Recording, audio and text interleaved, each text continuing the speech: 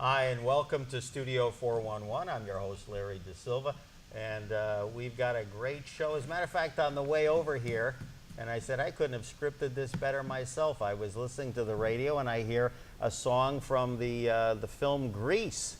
You're the one that I want. Olivia and John Travolta. Olivia singing and John doing whatever it was John did in those days.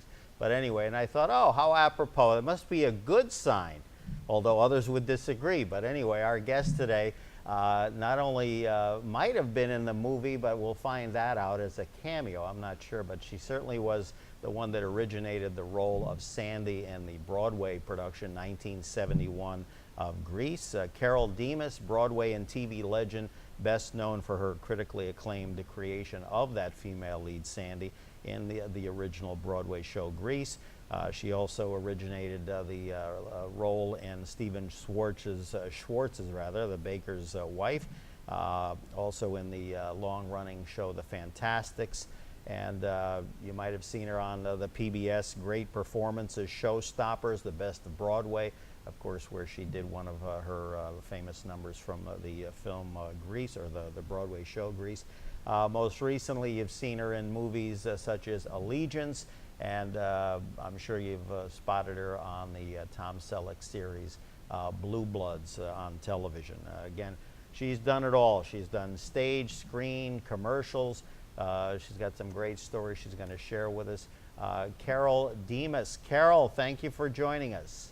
Hi, Larry. I'm here. How are you? Good, good. And it's kind of like, a guy trying to put a Broadway show on. Wow, we never thought we'd get off the ground, eh, Carole? Well, it wasn't. It was fine here. Yeah, yeah. Carole was giving me all sorts of stuff about bad omens, about things that she remembers about this day. And I said, oh, no. But I said, when I heard that clip from the movie Grease. Now, clear that up for me. Did you have a cameo in that film version? No, I did not. No. Okay, because I I had read somewhere where you had a cameo where you were at the counter, and I said I stand corrected. No. These things, once they get out there, they have a life of their own. You know that better than a lot of people do. Also, Grease was not 1971, although that date seems to have crept in somehow. Mm-hmm. Recently, I did Broadway originals at 54 Blow, and they said Grease was 1971, so they picked it up somewhere. It was 1972. We opened on Valentine's Day. Oh, of 72. Okay. Now, the other thing, too, when I heard Mr. Travolta today is he had his start to in some Broadway work. What was he in that you recall back in those days? Well, he was in, he did the national tour, the first national tour of Greece, as Judy. Okay, so Not that's as where. Danny, who was the hero, but as Judy, and he was really young. He wasn't 18 yet, and so he wasn't allowed to be on the road by himself. So one of his older sisters had to be his chaperone. Ah, I see. So that he could travel around the country and be in that, and then of course he landed the role of Danny in the film. Oh yeah, no, certainly. And he also did a Broadway show called Over Here. Uh-huh. Oh my gosh, was it over there? over somewhere. I'm not sure. I have to check that out. It's funny. I can't tell you for sure. You're probably thinking of the Irving Berlin song. The Andrews sisters were characters in it. Not there you go. Well, actually a couple of them were. Enough with Travolta. Back to Carole Demas here on Studio 411. Tell me now, I would never have guessed it, but you grew up in Brooklyn, New York. Now, yes, tell me, what do you think of the renaissance that Brooklyn's had over the last couple of decades? Well, I would never have imagined it. And I will say that I was back in Brooklyn just a couple of years ago because I went to Midwood High School, and they were doing a production of Grease, and they asked if I would come and talk to the cast. And it had been a while since I'd been in that neighborhood. It's Flatbush and the Midwood and Flatbush section of Brooklyn. It's further into Brooklyn than where the most obvious renaissance is going on. But it was a pretty part of Brooklyn even then, and still is. And Midwood High School has grown physically enormously, and part of it is now across the street and connected by one of those glass-in passageways that goes, over the road. And that's amazing. And Midwood's going to be celebrating its 75th anniversary this fall. There you go. So that's been there a long time. I graduated from Midwood in 1957.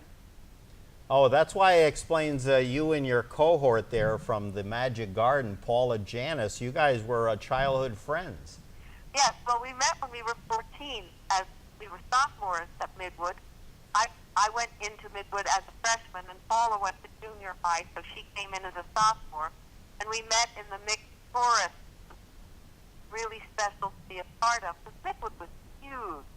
Our class, I don't think, was this big when we all finally graduated, but it was about 1,000 people in our class, and the mixed forest, which spanned all 4 years, was 100 people, and we both sang in it, and that was a group that was very meaningful to everyone who was in it. So we got to be friends there. And so we've now been friends for 62 years. We have a photo, if we can get it here on the monitor, of Carole and Janice, of course, from back in the day when they were on WPIX. Those of us that grew up in the New York area, of course, remember the iconic Magic Garden, which we'll talk a little bit more. But there are the 2 youngsters there, and along with still friends after all these years, and still out there doing your thing with the kind of touring company, we'll call it, of the Magic Garden from time to time. From time to time. We don't do as many live performances as we used to, but we still do them.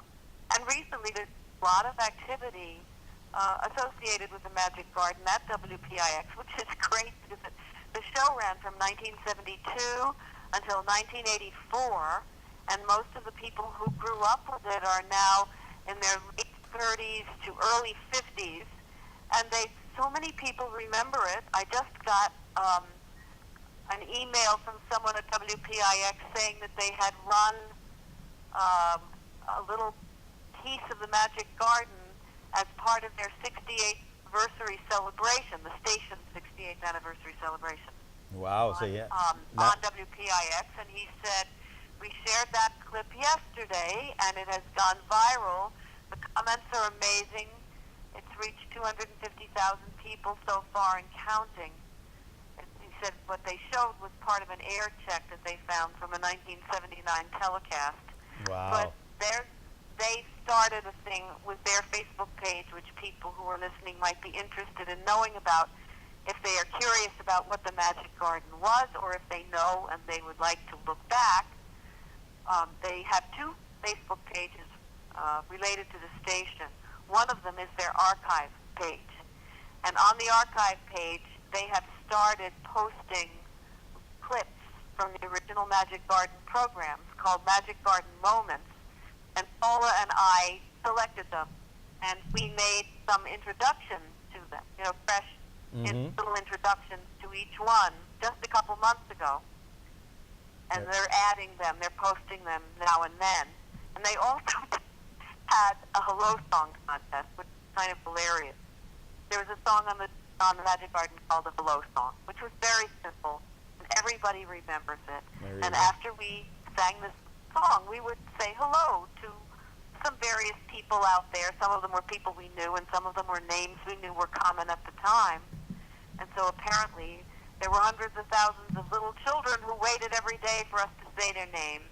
And now more than 40 years have gone by, and they're still waiting. Wow. So they stop us and say, you never said my name.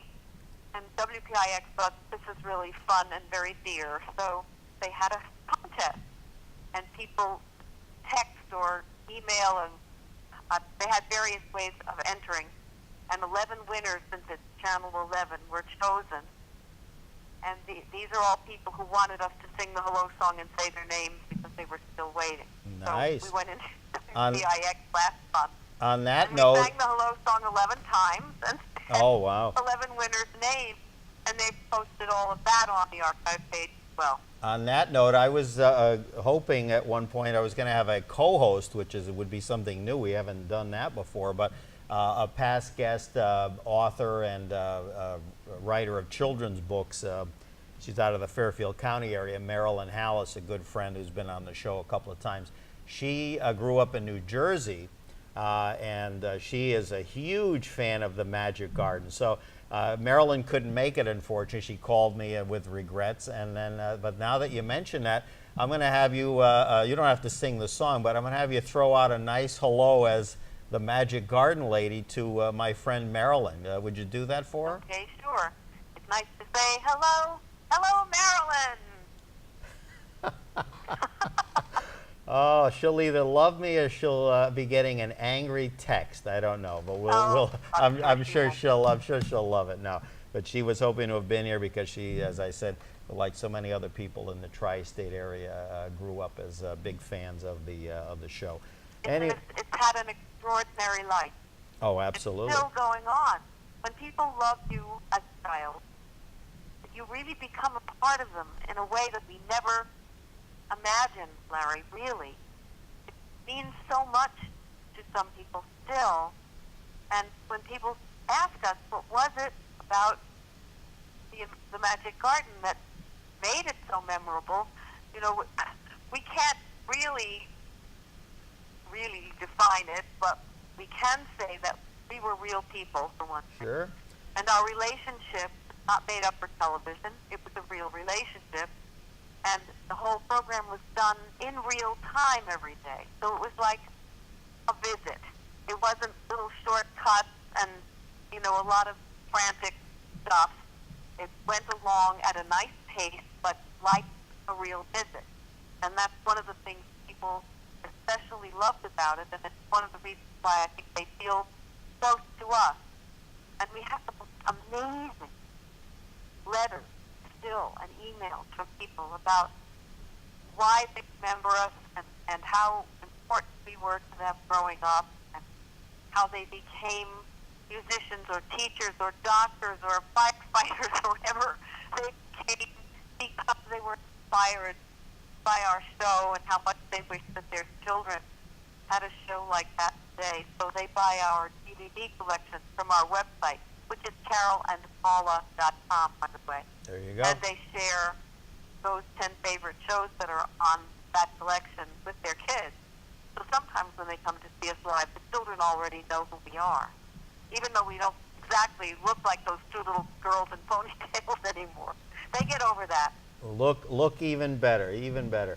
Carole Demas joining us here for the hour on Studio 411, caroledemas.com. And again, Carole, singer, actress, and recently chosen as one of the 150 stars of the musical theater, remembering 50 years on Broadway. Quite an accomplishment given all the marvelous actors and actresses that have come through the, as they lovingly call it, the Great White Way.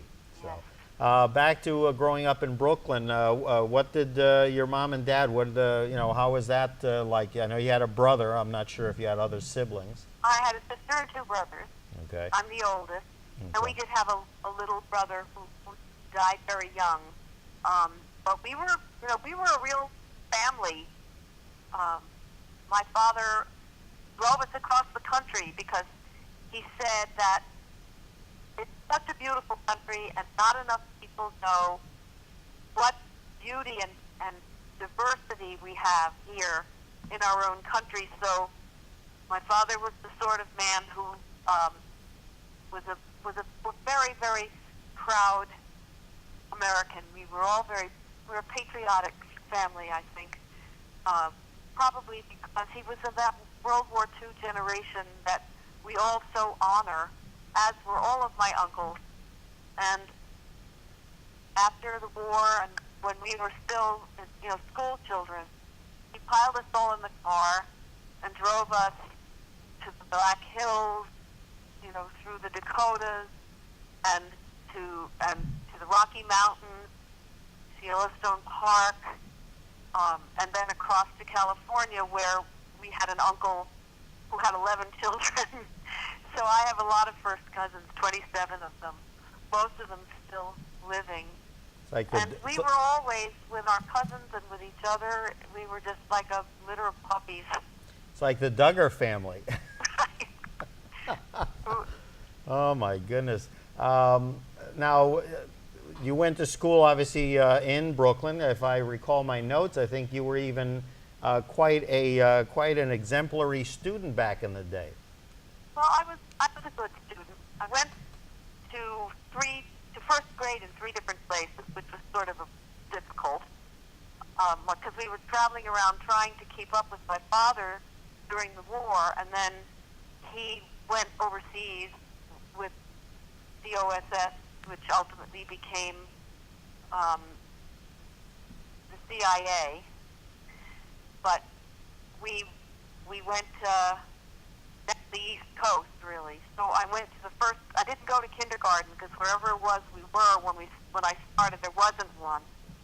So I went to first grade in Virginia, and in Pennsylvania, and in Brooklyn.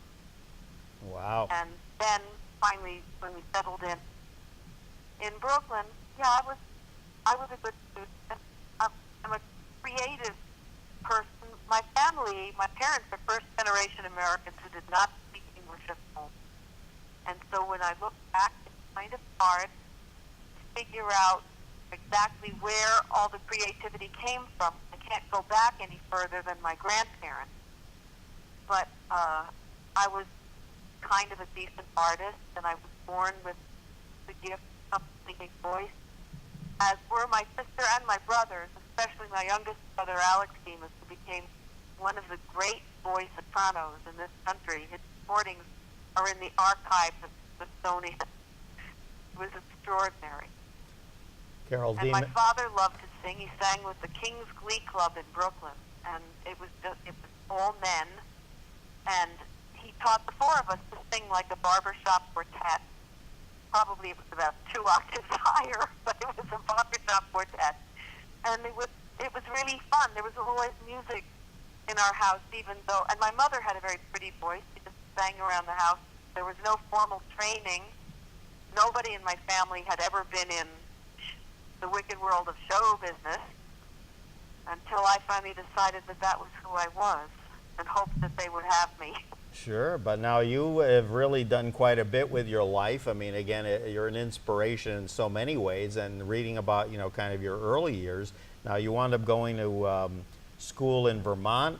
You got a Bachelor's of Art in English, then you got a Master's in New York University Grad School. I saw this, it reminded me of the old Sandy Dennis movie. You spent several years as a teacher in the New York public school system. That must have been something. I did not complete my master's because that was not really where my goal, my heart really was. Although I loved children and I loved teaching, and I was a good teacher, I think it's fair to say. But I was married once before, my early marriage in the early 60s, to a man who was going to Columbia Law School, and I needed to help him through, and I didn't really think that Broadway was going to meet me with open arms and immediately start sending paychecks. Right. So I went to NYU Graduate School of Education long enough to get the necessary credits to take the test for a teacher's license at the time. And I got the license. And I began teaching. And then it was just the luckiest and strangest thing that right after I was married, I was looking for a job for that semester, for that fall. And Paula called me and she said, I'm at PS7 in Brooklyn, and the teacher who's supposed to be teaching with me in this double enrollment kindergarten here is not returning for the fall semester because she is pregnant. In those days, the dark ages, you were not allowed to teach if you were pregnant. And the principal is going crazy because he has very little time to find another teacher. So he would like to interview you. Get down here, which I did. And I got the job. So that was 1962, the fall of 1962. Paula and I began teaching in this building that had been reopened. This was an old building built in 1882. and it was not in the best of shape, but they sort of pasted it back together because they really needed school buildings. And we were teaching together, 50 kids at a time, and no aid.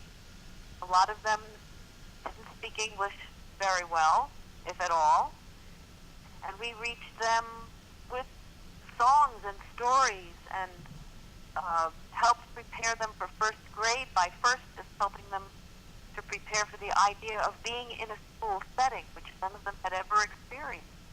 So the whole And 10 years later, that became the Magic Garden. I was going to say the whole idea for the Magic Garden really took shape, back in the early '60s, while you guys, again, as fate would have it, kind of are drawn and working together. It's a remarkable story, and I was started to say to you off air before we started taping is that I'm sure there's been books or things related with the Magic Garden, but you personally, you really should put pen to paper, because you've got some great stories to tell.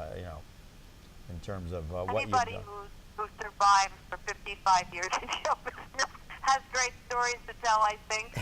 Oh, not necessarily, but now you mentioned before, which I didn't know, you had an earlier marriage. I was going to ask you at one point, I said, well, I got the impression that you didn't get married until much later in life. And then I said, she doesn't need to get married. She has a turtle that's like 40-something years old. And I'm thinking, well, between Broadway and television, she's got her turtle. That's as good as a man. Yes, I have a turtle. Moves about just as found fast. He Yeah. was injured on the road on a farm in 1964 in Pennsylvania. And I brought him home because I had a turtle already that I'd had since I was 10. She was a box turtle, an eastern box turtle, and so was he. And they took quite a liking to each other, actually. But he was injured, and his bill, despite all efforts, never really healed properly enough for me to release him.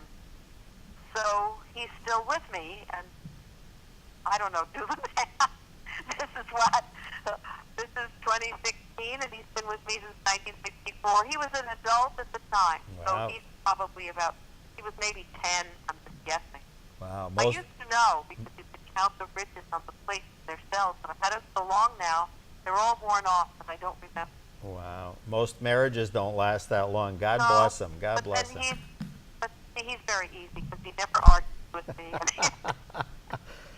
He's a good guy. Yeah, I'll say. He's been a very steady friend. I was going to say, thank goodness it's a guy. I would have blown the whole bit if it was a female. I took a shot that it was a male, so good. No, good it's thing. a male. Good We thing. had them on the Magic Garden together, but he wouldn't leave her alone, so we had Oh, to separate. boy. Wow.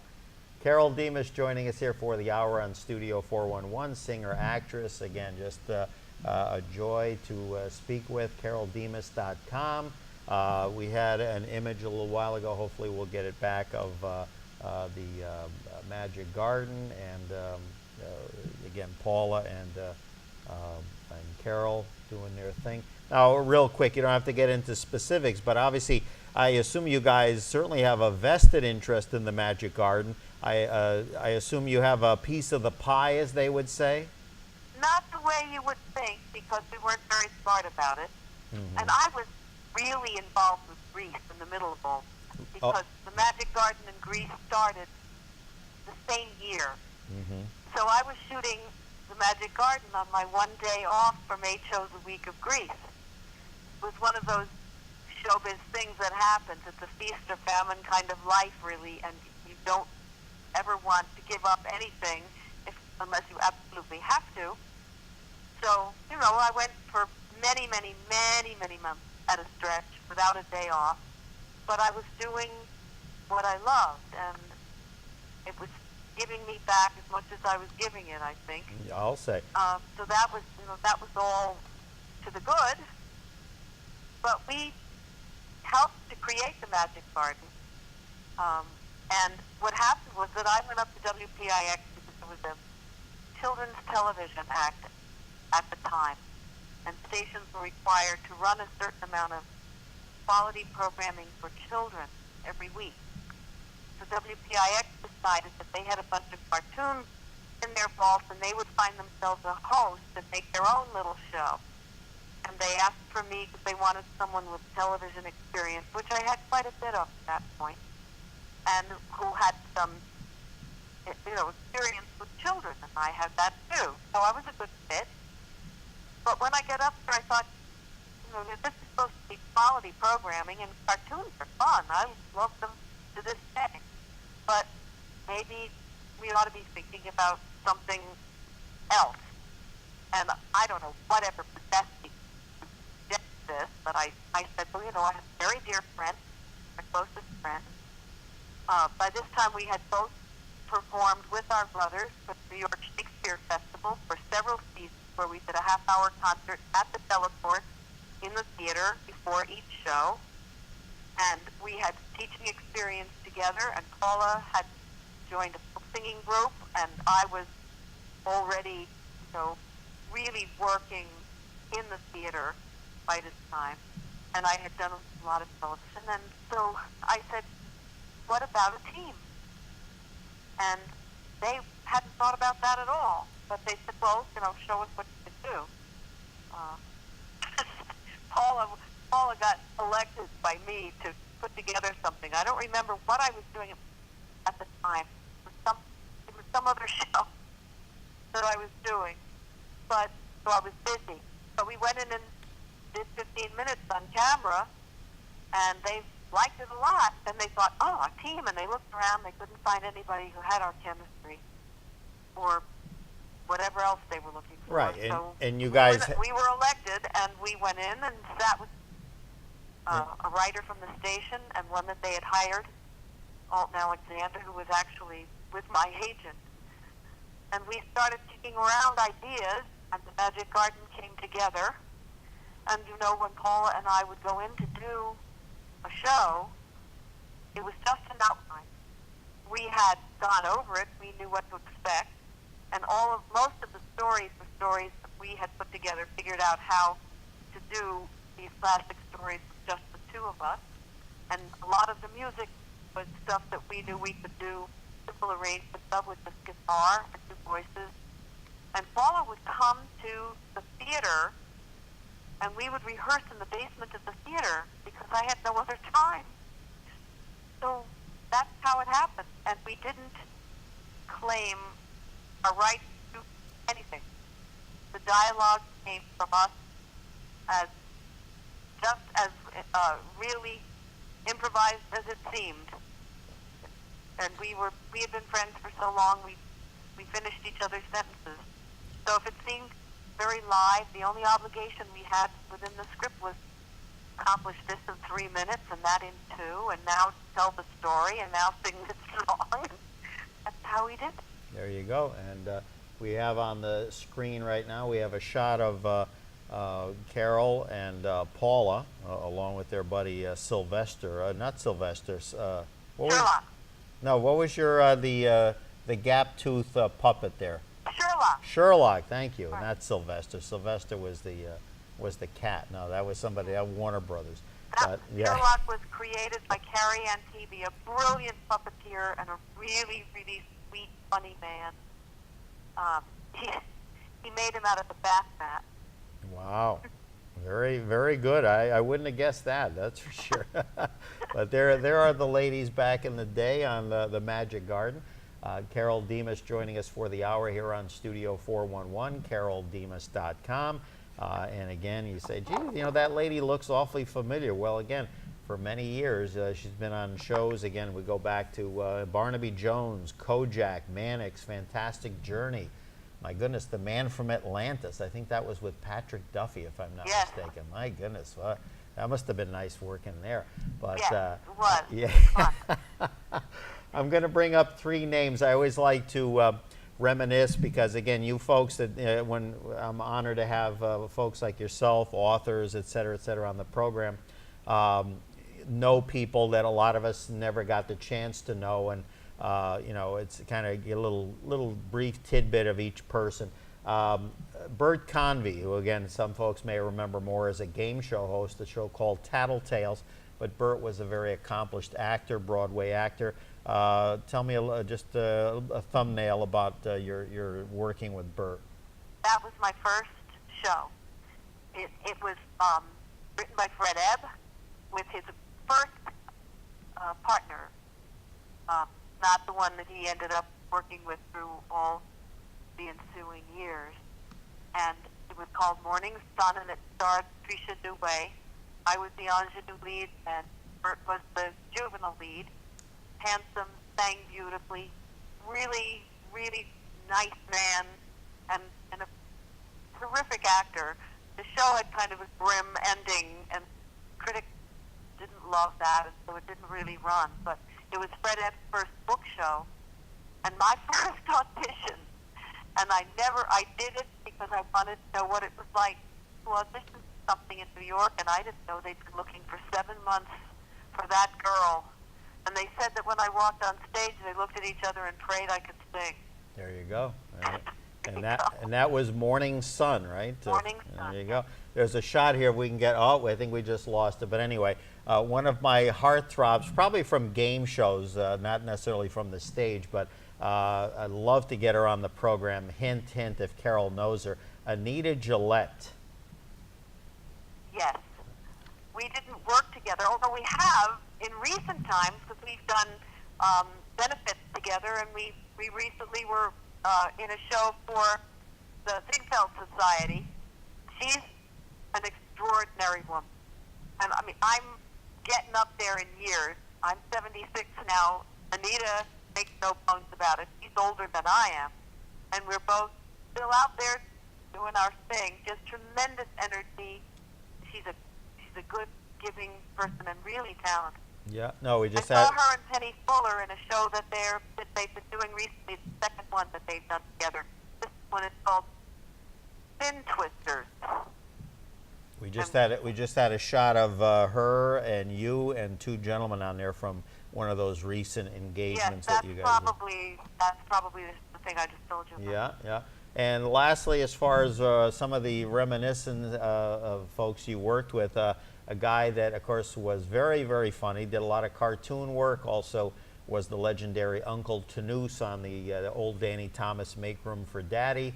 Hans Conried. Tell me a little bit about Mr. Conried. He was hilarious. He was hilarious. I played his daughter on a show that was done in the New York area. There were theaters that are no longer around, and I think that one was Paramus Theater on the Mall, if I remember right. You're really going back. That's in the 60s. Yeah, oh yeah, yeah, because I mean, you know, as far as stage work, it seemed like, and we'll go to the next point, was that, I don't know if it's because you were doing a lot of commercial work or whatever, but it seemed like after about the mid to late 70s, then you kind of didn't do as much Broadway work as you had the previous 15 or 20 years. No, I didn't. Yeah. I didn't. I went out to California. My manager at the time, Bob Lamond, also had some other clients, had lots of clients who were well known. He was selective, but he had an interesting group. John Travolta was a client and a friend, and Barry Bostwick also, and Jeff Conaway, Alan Taylor, interesting people, good people. And Bob decided that we needed to be bi-coastal, which at that point was sort of a new idea, that we needed to go out to California and start looking for work in television, because television was going to be the big thing. And what was funny about it was that there was a stigma at the time attached to television actors, as though television was secondary to being a film actor. So one thing that I remember him always battling was the idea that if you were doing television, that didn't mean that you were second rate and couldn't do film. But we got past that, didn't we? Yeah, I'll say. We have a shot up here from one of the recent reunions. Barry Bostwick, who folks may know from Spin City. Adrienne Barbeau, of course, Yes. from Maude, and these were all folks that were in the original Grease. There's Yes. a lady, I'm blanking on her last name, was it Eileen something? Kristen. Eileen Kristen and Just you. saw her. Say again. Just saw her 2 weeks ago. Okay. We're still friends. Yeah. We shared a dressing room doing Grease. She was the original Patty. And now Adrian, who I did not know until about 6 months ago or whatever, when you and I started chatting about possibly doing the show, did she leave the show to then go do Maude, or how, Yes. how did that whole Yes, come about? She did. And Meg Bennett, no, not Meg Bennett. That's a different character who also moved on. I'm trying to think of who the heck was it? The first person who replaced. Oh boy, you are striking me in the sort of That's why you need. tottering memory zones here. That's why you need to write that book and get it all done. Yeah, so I have to get it all in front of me. Yeah, because I mean, Adrian originally, I think she was the second choice for that character she played on Maude. Marcia Rod was the original. Matter of fact, there's a shot here of the cast in Grease. I don't see Jeff Conaway unless he's the one leaning on the car. But anyway, but he was in there, and I see Adrian there, and I see you Jeff as well. covered all the men. Yeah. And then when Barry went to do a film, he played Danny for quite a while in the first year. And now you were with Grease for how much length of time? Just the first year. The first year. So it was never like where you know, sometimes the actors now then they go back for like a few months, or when they do a revival, they kind of like Yul Brynner did with King and I. You know, he took that to the grave. Let me tell you. Well, the only time that I did that with the Fantastic. It wasn't, of course, the original Fantastic. That was Rita Gardner. But I played Louisa from 1966 to 1968 at the Sullivan Street Playhouse. And then when I left it, Tom and Harvey asked me if I would cover it a bit, which I did. So I went in and out. And then when Michael Glenn Smith, who played Orphan in the original Celebration, which was a Tom Jones Harvey Broadway show, was going into the Fantastics after Celebration flew, they asked me if I would come in and play it with him for a little while to kind of get him settled in, which I was happy to do.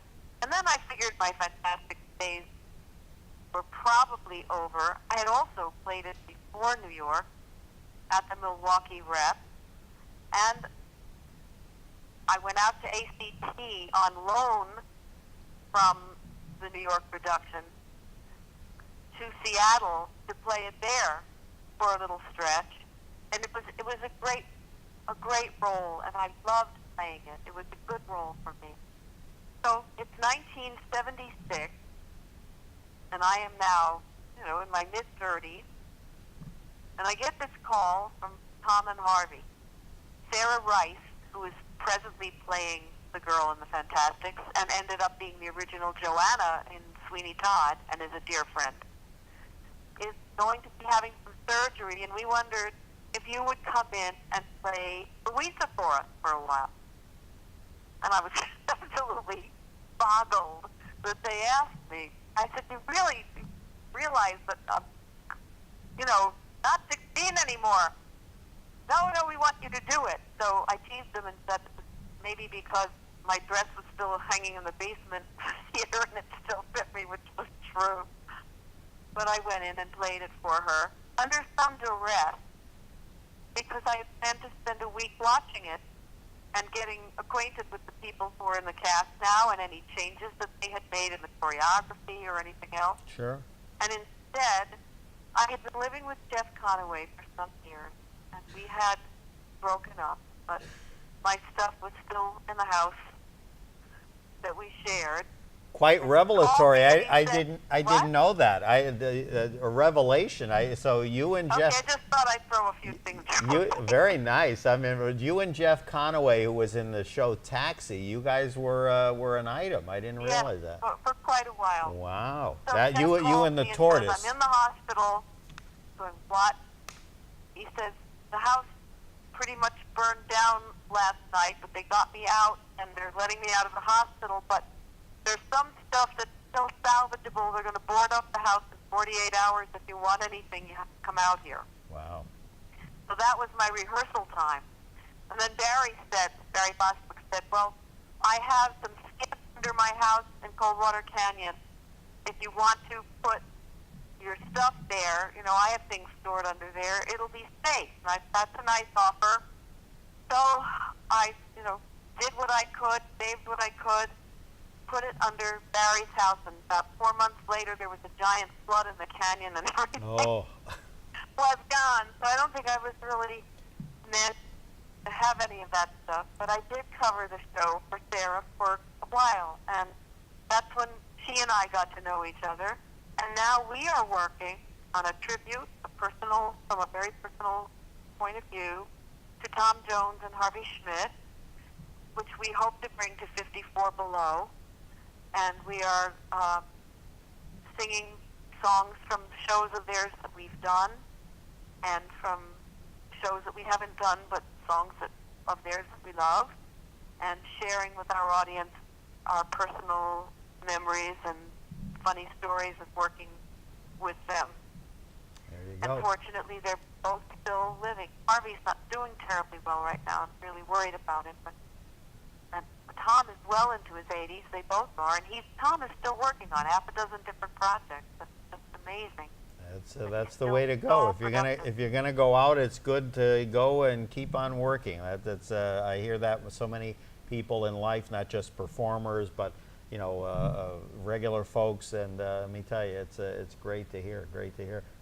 Carole Demas joining us here for the hour on Studio 411, singer actress. For more information on Carole, CaroleDemas.com. And just a little tidbit: Carole and her Magic Garden partner and lifelong friend, as she has alluded to, Paula Janis, were inducted into the Long Island Music Hall of Fame in November 2010. Okay, and also let me mention too, because I don't have the years on this, that you were, for those that are big into soaps, you were in 2 soap operas for a reasonable amount of time, As the World Turns and The Edge of Night. I know The Edge of Night is gone. Is the As the World Turns still on, or no? I think that's gone too. That's gone too. My goodness. I tell you, I can remember too, coming home from school. I was like just about to begin high school, and I'd be like, you know, living in Fairfield County, and of course watching PIX was, okay, where's my Patty Duke show reruns? And I'm like, what's this Magic Garden stuff? You know, and I must say, but I remember the catchy song, and I even mentioned it to someone, a colleague of mine, and he kind of, you know, grew up in New York as a young kid. This was like when the show was probably in reruns. And he did have a recollection when I badly kind of, you know, verbalized the, you know, see ya, hope you had a good time, yada, yada. And of course, that became a very popular song for the last song at the prom. Oh, really? A lot of people wrote to tell us that. That was really sweet. Now, I meant to tell you earlier, there's a book in itself, Letters to the Magic Garden. Mm-hmm. You see? Right. I got to tell people, I'm a great idea man and great at cocktail parties. Other than that, I'm useless. I'm about I'm probably less useful than the turtle. Oh, I wouldn't say that. Now, how did Jeff and you know, partners since then, how did they get along with the turtle? Everybody really is fine with him. Oh, okay. But in an apartment, where I haven't lived now for 29 years, he was easier to care for in a way because he had the run of the place. There you go. No stairs to fall down. Not high maintenance. Not high maintenance for sure. He isn't anyway, but yeah. He's still quite healthy. His vet, Dr. Moore, is a veterinarian with the New York Zoological Society, better known as the Bronx Zoo, who has declared him in very good health, and you know, likes him and the whole idea of him quite a lot. There you go. Actually, you know, this is now a species that you are no longer permitted to take from the wild, but he would not, given the fact that I have to cut up his food very small for him, tiny little bits because of his situation, he would not be able to survive in the wild. So Sure. Dr. Moore doesn't have any problem about him living with me. There you go. Carole Demas, Broadway and TV legend, again recently reviewed as a, quote, powerhouse of musical theater, a vocal champion and a consummate artist. And if I can find it here, back in the day when you were in Greece, Clive Barnes said of Carole, quote, "Carole Demas could not have been better," unquote. Very high praise from a gentleman who was certainly I think, told it like it was. If he liked you, you were good. If he didn't like you, nothing personal, but I'm giving you a bad review. Well, you do stick your neck out when you're up there. That's all there is to it. Absolutely. Tell me, in our remaining moments, I have to ask you, you were in Vegas at one point. What was this Stardust Lido show? You had some... Oh, I did voices for a couple of things there. I did... You did a voices chicken voice? For a big puppet, you know, enormous, oversized puppet, and including a chicken laying an egg, and a chicken singing. What was I singing in chicken? Do you remember? There you go. No, In the Mood. I did In the Mood. Oh, as a chicken. okay. See? And I laid an egg, and I did a couple of other voices that were part of that show. And when it opened and we were able to go and see it, the best part for me was that the two guys who were so well known, Siegfried and Roy, who had the Tigers, Yes. who eventually had their own show. At that point, they were part of the Lido show. Oh, really? There you And go. it was amazing to go to the basement where all of the, behind the scenes stuff happened. The Tigers had really nice quarters down there. And there was a baby one who was a few months old who was being walked on a leash. And I got a chance to meet him. And I'm really, really an animal lover. I love everything from bugs to I don't know what.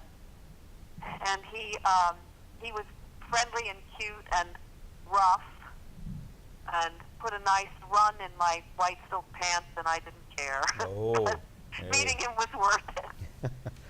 Carole Demas, CaroleDemas.com. Carole joining us for the remaining hour here on Studio 411. We've got about 5 minutes, so I want to make sure we get this story. And Carole told me this about a year and a half ago when we first connected about doing the show. 5 minutes, if you can. Tell us your Johnny Carson story. Okay. My time on Johnny Carson was actually doing a live commercial, which is something they used to do. In New York. In New York. And my job was to advertise a television set. I may have been a Philco, can't remember the brand. One of those television sets with the big cabinet and the not very big screen, because it was still back in the early days of television. And there was a place on the commercial script that said, "Here, Carole caresses the veneer." So I'm delivering this commercial live, and the audience can see me. And I reach out my arm to caress the veneer, and someone grabs my hand. And I look up, and it's Johnny, who has decided this is going to be fun. He's going to mess with me. So he's gotten up from his perch behind his desk there and has come over to where I'm doing this, and he starts nibbling his way up my arm. Which the audience, of course, thinks is absolutely hilarious, and it was funny, but I had this job to do. I had to deliver this copy, and it's time that I felt like this was what I had been hired to do, and I somehow had to get through it. But by the time he got as far as my shoulder and my neck, I was gone. I simply couldn't do it, and Ed McMahon had to finish the copy. And I'm so sorry that not all of that stuff is available, because it would be such fun to have that. The audience was just screaming, and I... Unfortunately, in those days, two things. One was back in the early 60s, from what I recall, there was a fire at a warehouse in Jersey, and a lot of stuff, including Steve Allen, a lot of the material that hadn't been pulled maybe for Emmy nomination or shows like that, was lost. And then, of course, in those days, a lot of times they would erase shows. Right. I mean, right, even PIX is guilty of that. There was a guy on a few years before you came along named Clay Cole, who had a like a dance music show, Rolling Stones made their first U.S. appearance on there. That show aired on PIX, and then when he ended his show, they were a little miffed at Clay, and they purposely erased every show he ever did. Oh, no! Absolutely, yeah. Don't And tell him now that, they're because so happy to have somewhere to show off the archives of those shows that they ran that Yeah. people loved so much. So I guess attitudes have changed. yeah, that's why. So don't tell him that, otherwise you might get on their bad list. Oh, please.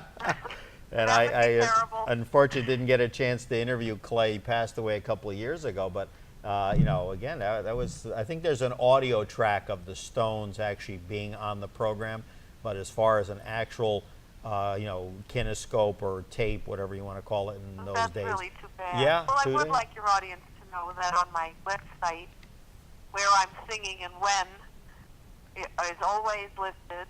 Okay, And, yeah. I'm taking a break after 2 very active months. She's going to need a break so that after I can doing tend it. to my own garden and have a little time to start putting together, working on the show with Sarah. And I am doing something right here in Westchester County on the 28th of June. I will be doing, what is being called a master class. At this point, it was a workshop. Now it has become a vocal master class up in Portland at the Portland School of Performing Arts on the 28th at 7 o'clock. And the information as it comes through, because this just got together, will be on my website, and the public will be welcome. CaroleDemas.com, and she's going to need a break just after doing this show. So I don't know about gardening. She's going to need a cold compress, but you know. Not at all. Not Oh, at my all. goodness. I'm sorry that we aren't actually together where we are. Absolutely, but as we've spoken off air, we're going to work on getting you in studio, and I promise it'll be better than your appearance on Blue Bloods, because as we wrap up our interview here, I said, "Oh, is it a recurring character?" And Carole goes, "No, I got killed off in the episode." So, oops. So you know. I wasn't actually killed off. I was dying through the entire scene. And I was in my last days. But I was very grateful for the job, because I Sure. was stumping around in an orthopedic boot following Achilles tendon surgery, which is a very long healing process. And finding any work isn't easy when you're in that shape. And to get, well, by the way, it's absolutely fine now. I'm jumping around like I always did. There you go. But to be able to get a television job where you spend the day lying in bed when you're not walking very well, that's a gift as far as I'm concerned. Singer, actress Carole Demas, CaroleDemas.com, and we will have more with this young lady in the future. You can bet on that. As we wrap up our hour here with Carole on Studio 411. Carole, thank you so much for joining us. Hang in there, and we look forward to our paths crossing again. Well, thank you for having me. I enjoyed it so much. Our pleasure, and we thank you for joining us here on Studio 411. Larry Dasilva, your host, and we hope you have a great week, and we hope to visit with you again next time. Take it easy. Take care now.